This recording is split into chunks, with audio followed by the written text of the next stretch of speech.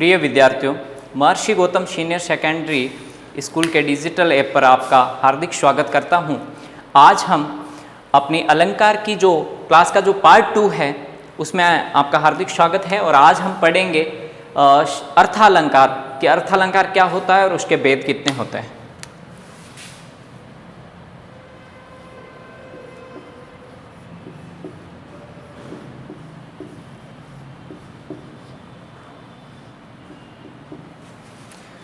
अर्थालंकार, अर्थालंकार क्या होता है? जैसे कि नाम से ही पता चल रहा है, अर्थ अलंकार मतलब अर्थ में सुंदरता।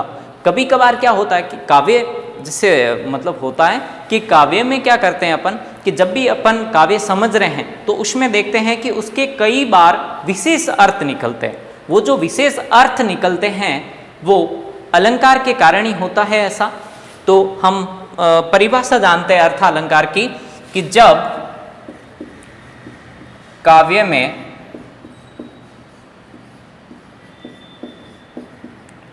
अर्थ के द्वारा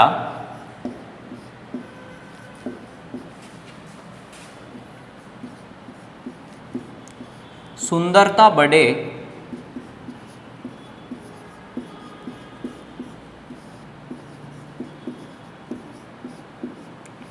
वहां पर अर्थालंकार होता है।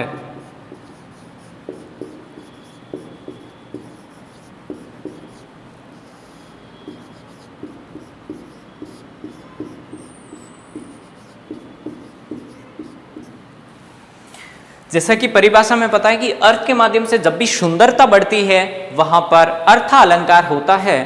अब हम जानेंगे अर्थालंकार के भेद कितने होते हैं। तो वैसे तो अर्थालंकार के बहुत सारे भेद होते हैं, लेकिन जो हमारे लिए महत्वपूर्ण है उसकी हम आज विस्तृत में चर्चा करेंगे। तो हम जानते हैं कि उसका जो पहला भेद है वो है उपमा अलंकार।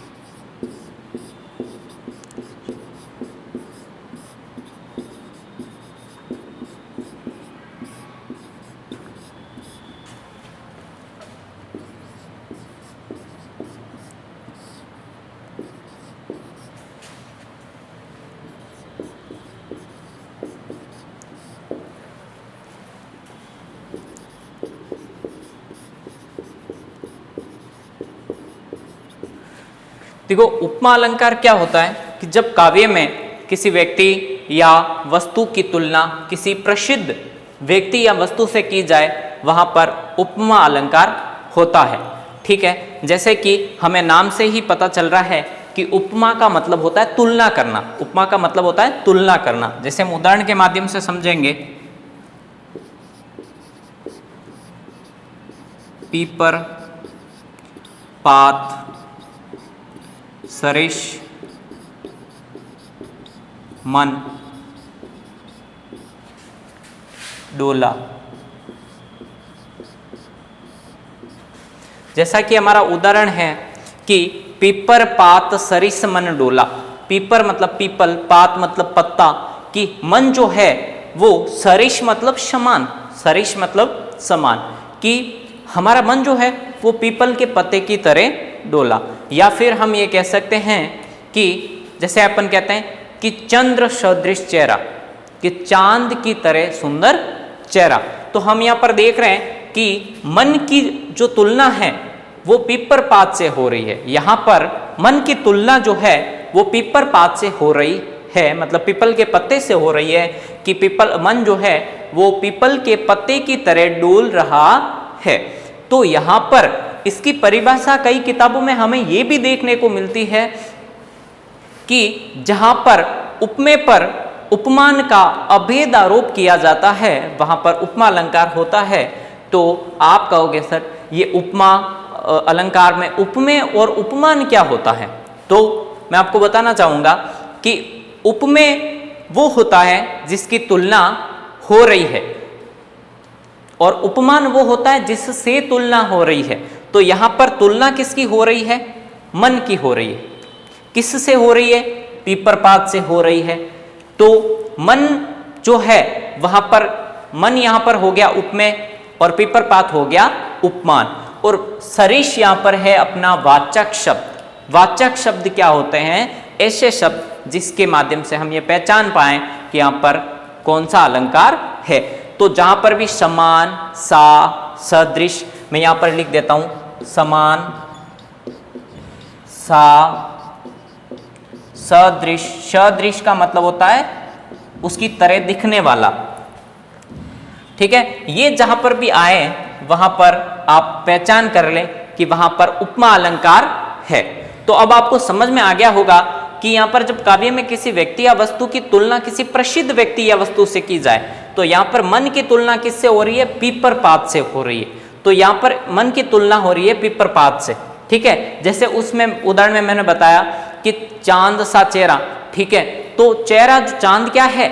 एक प्रसिद्ध है चांद, ठीक है। तो उस चेहरे को चांद की तरह सुंदर बताया गया। यहाँ पर चेहरे की तुलना किससे हो रही है? चांद से हो रही है, ठीक है। तो ये था अपना उपमा अलंकार। एक बार देख लीजिए आप उपमा अलंकार को।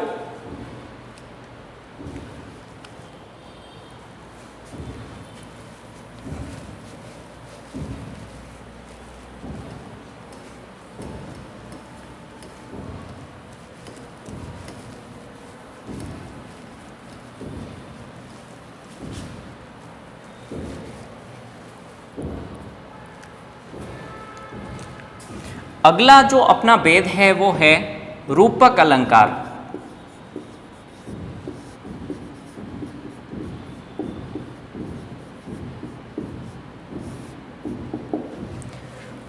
रूपक का अर्थ जो होता है वो होता है एक रूपता।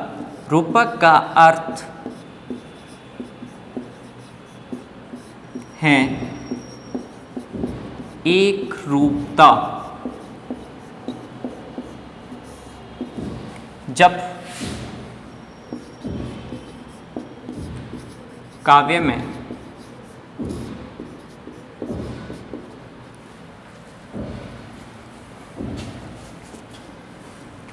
दो व्यक्तियों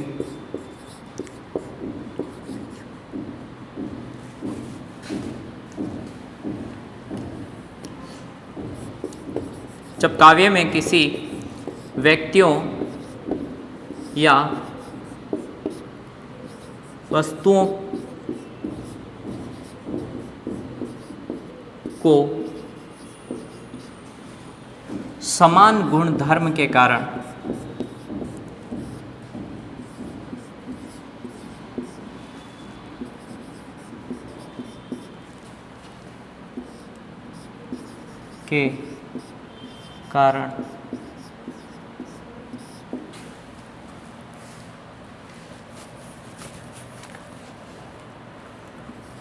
दोनों को एक ही मान लिया जाए।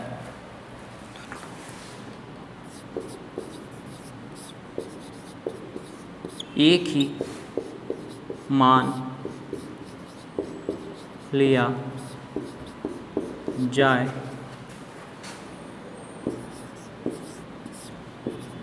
वहाँ पर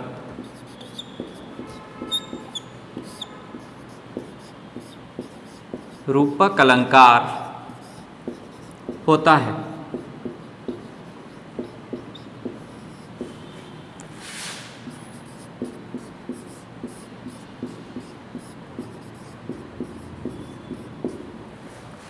जैसे कि इसका उदाहरण हम देखेंगे।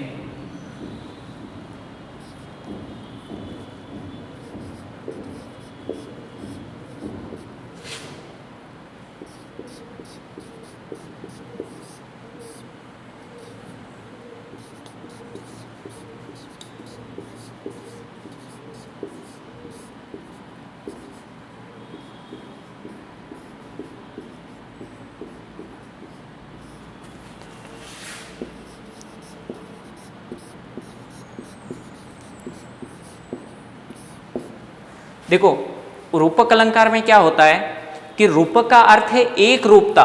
जब काव्य में किसी व्यक्ति या वस्तुओं के समान गुणधर्म के कारण दोनों को एक ही मान लिया जाए, वहां पर रूपक अलंकार होता है। जैसे कि उदाहरण के माध्यम से मैं आपको समझाऊंगा कि पायो जी मैंने राम रतन धन पायो।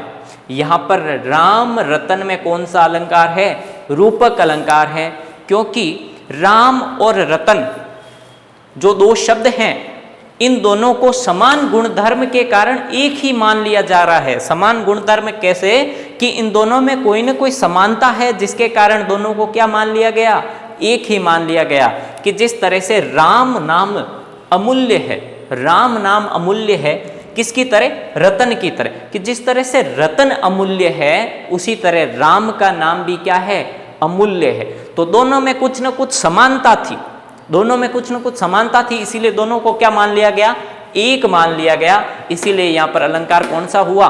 रूपक। अब रूपक और उपमा दोनों अलंकार एक साथ समझेंगे कि उपमा में तो दो व्यक्तियों या वस्तुओं के बीच तुलना होती थी, दो व्यक्तियों या वस्तुओं के बीच तुलना होती थी, लेकिन रूपक अलंकार में दोनों को एक ही मान लिया जाता है।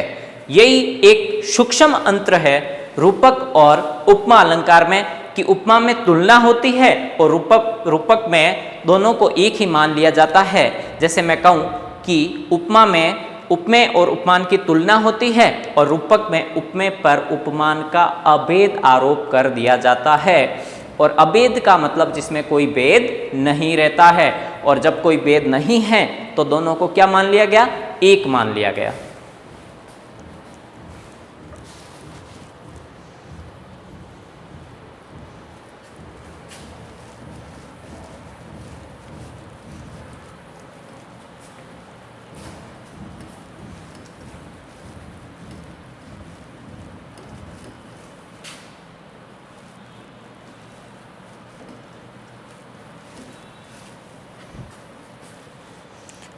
अब हमारा जो तीसरा अलंकार है वो है उत्प्रेक्षा अलंकार।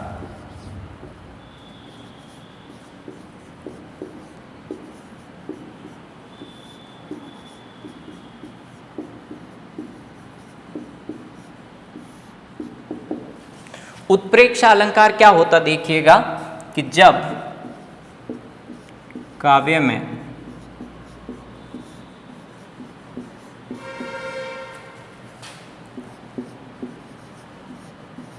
एक व्यक्ति या वस्तु में किसी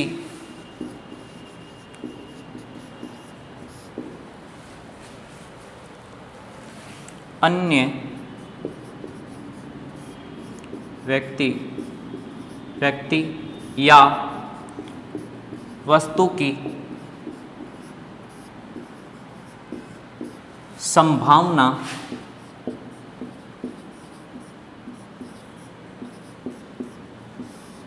हो, वहां पर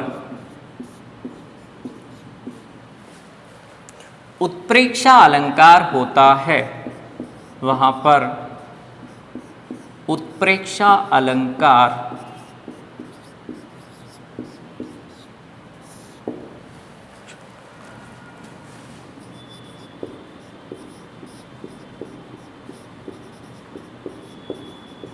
जैसे मुख मानो चांद हो, मुख मानो चांद है।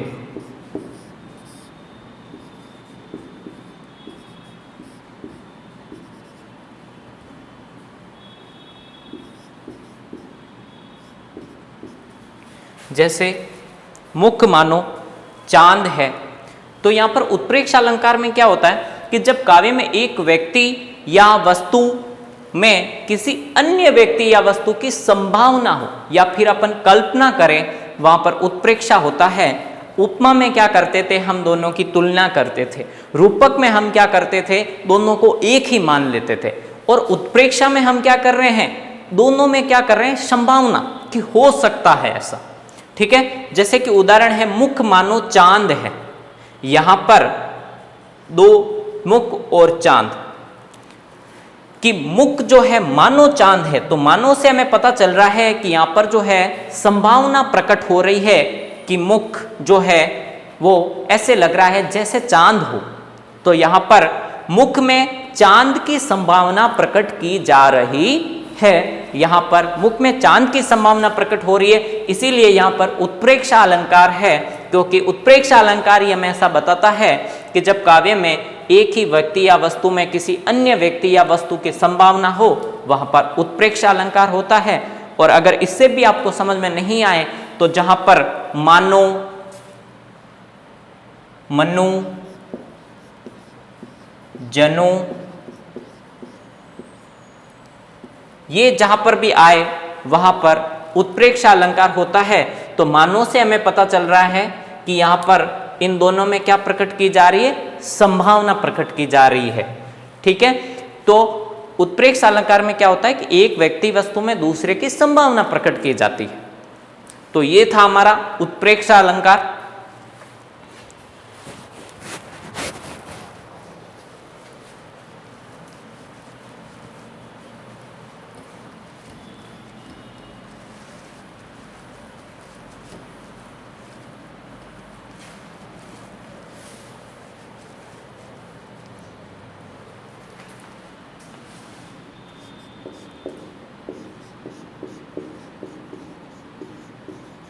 अब अगला अलंकार है मानवीकरण अलंकार।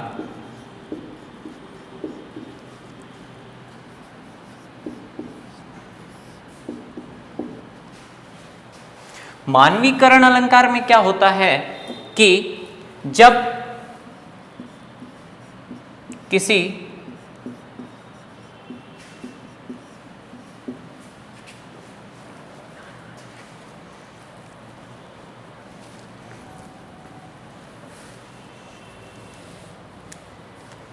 मानवीकरण अलंकार जब हम पढ़ेंगे तो हम देखेंगे कि जब किसी निर्जीव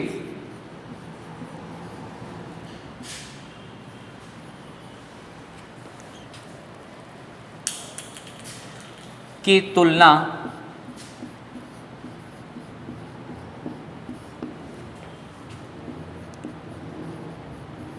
सजीव के साथ की जाए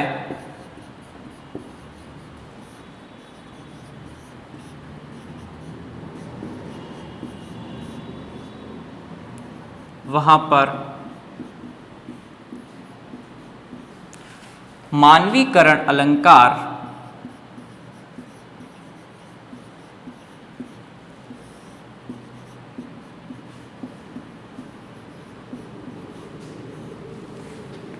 अलंकार होता है।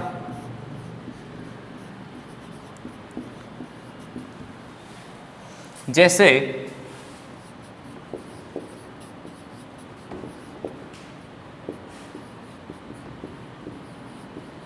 संध्या सुंदरी उतर रही है।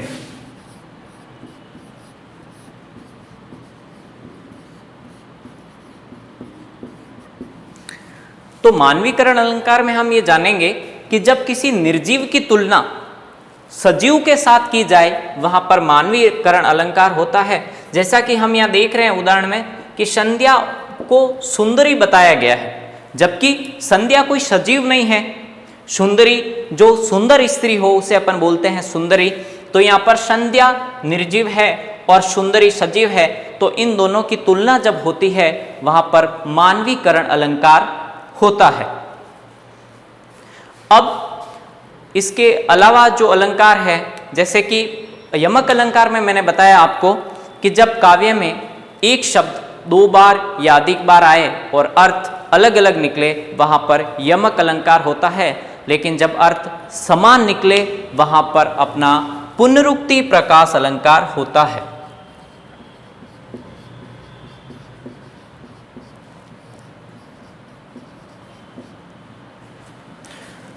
पुनरुक्ति प्रकाश, पुनरुक्ति में देखो शब्द से ही पता चल रहा है पुनरुक्ति, मतलब कोई उक्ति जो वापस कही जाए उसको बोलते हैं पुनरुक्ति प्रकाश। तो अगर अर्थ अलग अलग निकले वहां पर पुनरुक्ति प्रकाश अलंकार होगा। धन्यवाद।